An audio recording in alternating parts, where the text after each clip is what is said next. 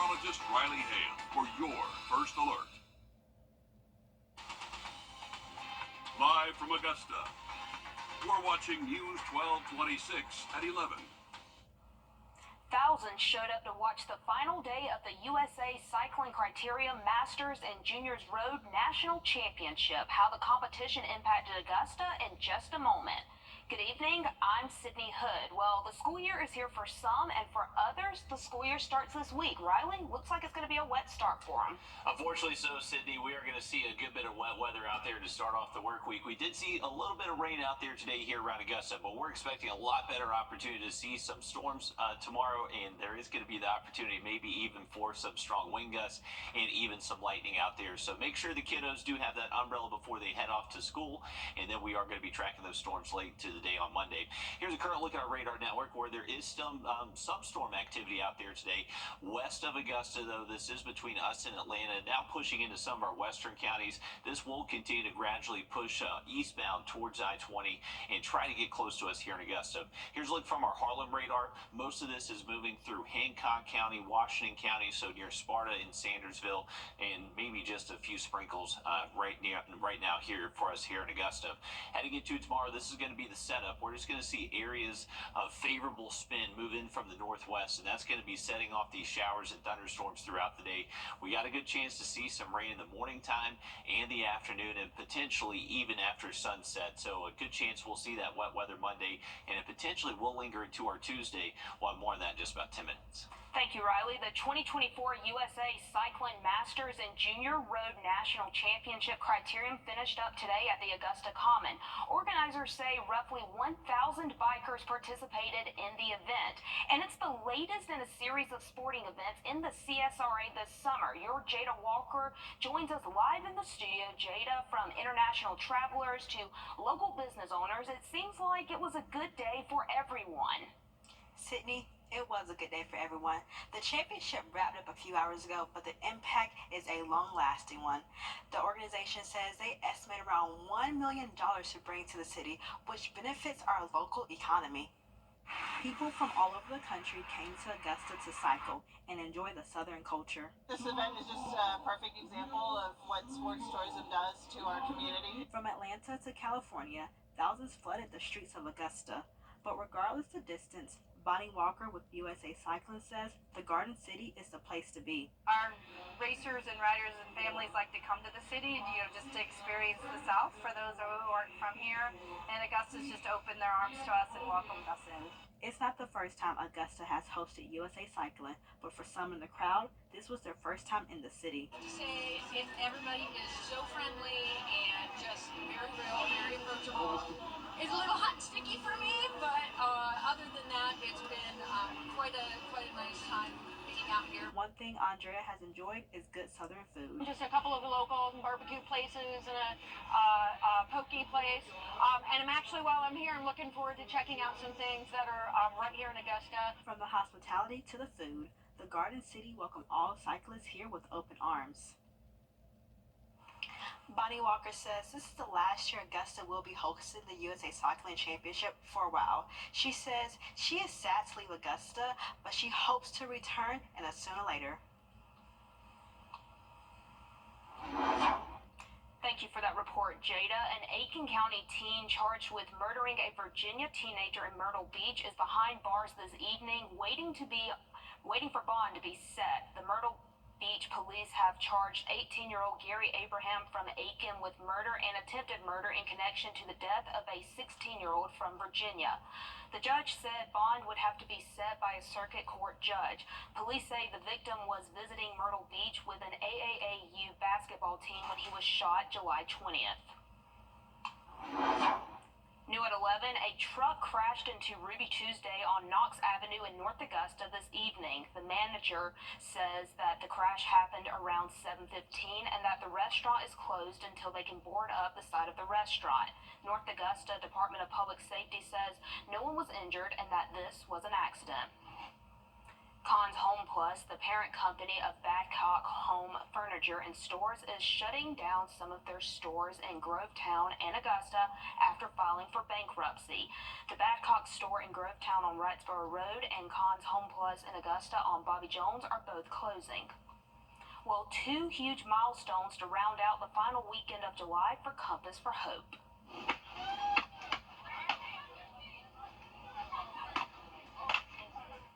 The mobile trailer units range from showers to laundry units, and today they celebrated giving their 1,000th shower along with celebrating their 6th year being open. That anniversary is on August 5th.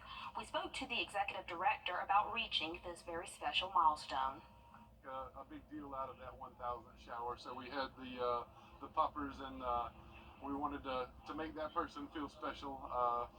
It's great anytime anybody walks out of one of these shower stalls with having gotten a refreshing shower, but with him being that big milestone number for us, we wanted to give him a round of applause and let him know that it was special to us too. Compass for Hope also has a bike ministry. They meet every Sunday in the James Brown Arena parking lot. The executive director says they are looking for more volunteers, donations, men's bike, and clothing. You can go to compassforhope.org if you want to help. And luckily, the cloud cover today did keep us below 90 degrees, 89 officially out of Bushfield.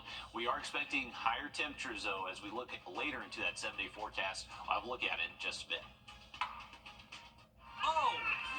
One study says a combination of two blood tests could provide a new way to catch early dementia cases and combat Alzheimer's disease. Researchers say the blood test can catch 90% of early dementia, while standard methods are around 73% accurate. The findings could lead to a blood test that can be used in primary care offices. Well, we are going to continue those high temperatures below 90 degrees heading into tomorrow, but those rain chances are going to look a lot higher. We'll have a look at that full forecast next. And it really isn't much of a surprise for the top of the box office this weekend, but how much it made, that might surprise you. We'll have that and the rest of the top 5 after the break. At Wellstar. A certain comic book movie featuring two popular actors finally hit theaters this weekend, and the fans turned out for it. David Daniel has early box office estimates for the weekend top 5. It's hard to explain, sir. Longlegs landed in 5th place, grossing $6.8 million. At number 4, Inside Out 2 made $8.3 million. It's at $613 million domestic.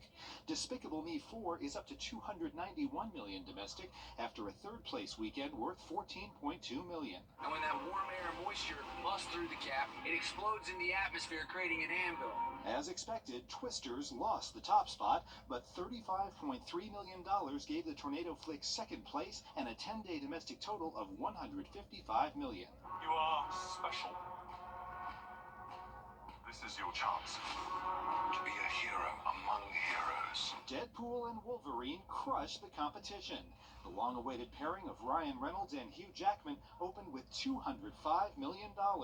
Easily the year's best debut, the biggest debut ever for an R-rated movie, and the 8th best opening weekend ever. In Hollywood, I'm David Daniel.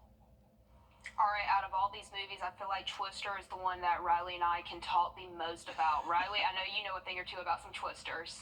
Yeah, I'm excited to see it. I still haven't seen it yet, but I've heard good things. I've actually heard that they actually try to get a lot of meteorologists on board for the movie and try to make it as accurate as possible. So I've heard good things, so I'm looking forward to see that. Have you seen anything yet, Sydney, out there, box office-wise? I have not. I guess I need to go check it out. And we've got some rain coming in, so what better movie watching weather than some rain, right? Yeah, exactly right. And unfortunately, there was actually some good movie watching weather out there today, which wasn't necessarily as advertised what we were talking about yesterday, but just some light showers here across Augusta earlier today. Was a little bit heavier in a few spots, but heading into tomorrow, I would imagine that's a much better opportunity to see some widespread rain. It potentially could be heavy at times. We're actually expecting thunderstorms Monday, again Tuesday, and you can see the gradual trend heading into this week as our temperatures are going to be going back up. So hopefully you've enjoyed the slight cool down we've had over the past couple of days. Here's a look at our setup. So on our radar network, we are looking at our actually just kind of dying disturbance traveling across I-16 and 75 and getting down that I-20 corridor. It could bring us a late night shower here around Augusta, but this is going to be the general flow of storms for the next couple of days, is just moving out of the west-northwest and diving towards us, mainly for the afternoons. Here's a look at it from our Harlem radar. Some of that rain impacting areas from right around Sparta up towards Union Point and Crawfordville, but for us here in Augusta, we do look mostly dry at the moment. Here's a look at those radar estimated rain totals today. So for us here in Augusta, it was really just, if you look at the entire region, a lot of us did stay dry, but that 10% unfortunately did hit where about 90% of our population lives. So there was some rain here around Evans and Augusta, and potentially maybe saw close to an inch of rain there in Columbia County. Here's a look at the rain for the rest of tonight. So over the next couple of hours, we'll just see it moving in from the west, and not expecting necessarily heavy rain tonight, but as we head into tomorrow morning, this around 8 a.m., you can see this disturbance is moving through the region and kicking up some showers and downpours, maybe a few strikes of lightning as we get towards midday, and these are going to continue into the afternoon, just kind of stay hit or miss, scattered in coverage, maybe even see some of these linger past sunset tomorrow. Heading into Tuesday, it looks to be a little bit drier day. I would say at least the first half of our Tuesday does stay dry, but as we head later into the afternoon, we're just going to see another disturbance bring those storms late into the day, and that could potentially be a stronger storm or two. That's the thing with these summer storms. They may not necessarily stay severe for a significant amount of time, but they may briefly pulse up and produce those strong wind gusts. Wherever we do see that heavy rain with storms the next couple of days, there's definitely going to be the potential for some very heavy rain and maybe even 1-2+ inches of rainfall in a few spots. So wherever that sweet spot is, wherever the storms end up to just stick around for too long, that's where there is going to be a low flood risk Monday all the way into early Tuesday morning. So just a heads up, marginal risk, mainly just impacting flood-prone areas, not necessarily expecting widespread flood problems. Once we get past Tuesday, the weather story now transitions to talking about dangerous heat threat. Thursday into Friday, we start getting close to heat advisory criteria, so unfortunately feeling much more like summertime as we close out the work week. Want to give you an update on the tropics. We are looking at this disturbance still traveling across the Atlantic. National Hurricane Center still has about a 40% chance of this developing into a named storm over the next several days. And I would say by the time we get to the end of this upcoming work week, towards this upcoming weekend, it's somewhere in this vicinity, possibly as a tropical depression. So we're going to continue to watch it, but right now, no risk for us here in Augusta at the moment, but we'll continue to have eyes on it. Here's a look at that 7-day forecast. We got high storm chances tomorrow into Tuesday, but looking at a little bit drier and hotter conditions late into the week. And as we head into a break, here's a live look at Pittsburgh and your winning lottery numbers.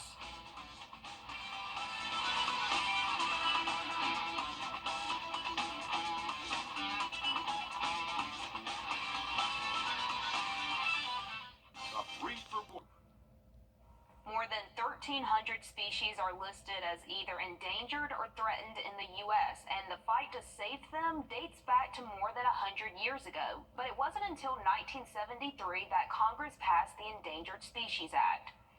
And within the last 50 years, it's helped save hundreds of species from becoming extinct, including the American bald eagle.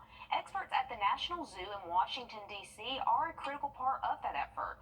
Reporter Heather Graff has a success story, and this one involves a culturally significant toad that's been virtually extinct in the wild for more than a decade. Well, even though they're bright yellow, right, they're not the easiest to see. Perhaps the first thing you should know about the Panamanian golden frog You see him? is that it's not actually a frog. It is a toad, right? So it's a beautiful species, but it is a toad. A toad, despite its name. So there's one here? And Matt Evans says that's just the beginning of what makes this amphibian so unique. One of the really interesting things about it is that it's culturally very significant to Panamanian culture. It's kind of considered a national treasure, kind of like we would consider the bald eagle important here in the United States. Evans is an assistant curator at the Smithsonian's National Zoo in Washington, D.C., where visitors who look closely Found it. It's right there. see the Panamanian golden frog on display daily. I hope they take away that they're seeing a species that potentially no longer exists in the wild. People have not really seen this species in the wild, I believe, since 2009. The public exhibit inside the Reptile Discovery Center tells the story of the toad now facing imminent extinction due to a fatal skin fungus that's spreading rapidly across Central America.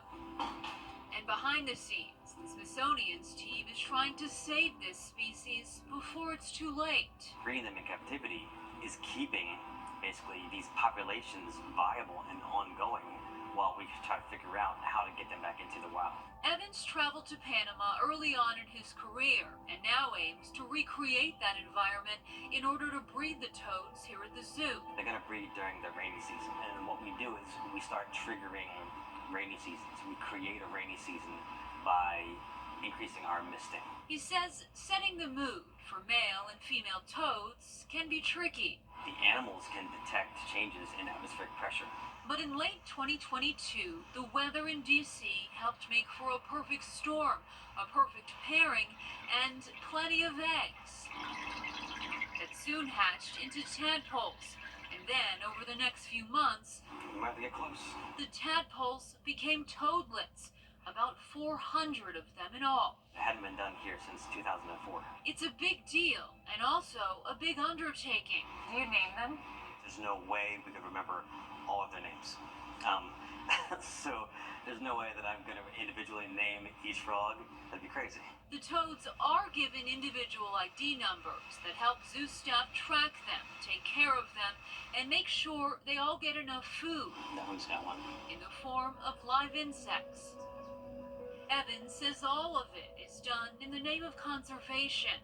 It's pressure, but it's pressure that you take on when you say you want to work with these individual species.